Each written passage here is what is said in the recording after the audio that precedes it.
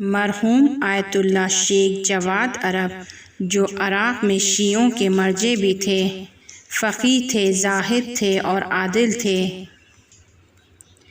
26 صفر کو 1336 ہجری قمری میں نجف اشرف میں ایک خواب دیکھتے ہیں۔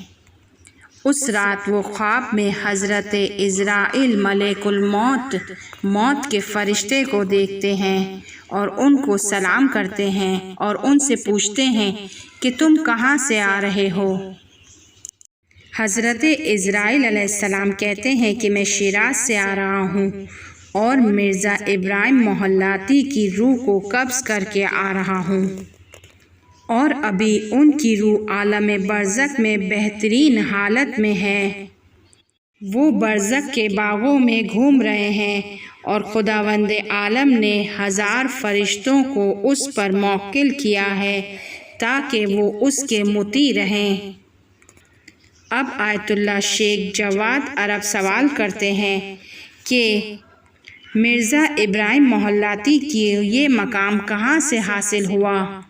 انہوں نے کس طرح اس مقام کو حاصل کیا؟ اب ملک الموت جواب دیتا ہے کہ انہوں نے یہ مقام زیارت عاشوراء کو پڑھ کر حاصل کیا ہے۔ مرحوم مرزا محلاتی نے اپنی عمر کے آخری 30 سال میں کبھی زیارت عاشوراء کو ترک نہیں کیا، اور اگر بیماری یا کسی کام کی وجہ سے پڑھ نہیں سکتے تھے تو خود کے لیے نائب مقرر کرتے تھے کہ جو ان کی طرف سے زیارت عاشوراء کو پڑھتا تھا۔ جب آیت اللہ شیخ جواد عرب اپنے خواب سے بیدار ہوتے ہیں، اس کی اگلی رات وہ آیت اللہ مرزا محمد تقی شیرازی کے جو مرزائے دوم کے نام سے مشہور ہیں کے پاس جاتے ہیں اور ان سے خود کے خواب کو بیان کرتے ہیں۔ وہ رونے لگتے ہیں۔ آیت اللہ شیخ جواد ان سے پوچھتے ہیں کہ آپ کیوں رو رہے ہو؟ وہ کہتے ہیں کہ مرزا محلاتی اس دنیا سے جا چکے ہیں۔ اب شیخ جواد کہتے ہیں کہ نہیں معلوم میں نے جو خواب دیکھا ہے وہ حقیقت سے منسلک ہوگا یا نہیں۔ مرزا محمد تقی ان کے جواب میں کہتے ہیں ہاں خواب ہے، لیکن شیخ جواد کا خواب ہے، کسی عام شخص کا خواب نہیں ہے۔ اس کے اگلے دن شیراز سے نجف اشرف کی جانب ایک ٹیلی گراف بھیجا گیا کہ جس میں مرزا محلاتی کی موت کی خبر تھی، اور شیخ کا خواب سچا ہو گیا۔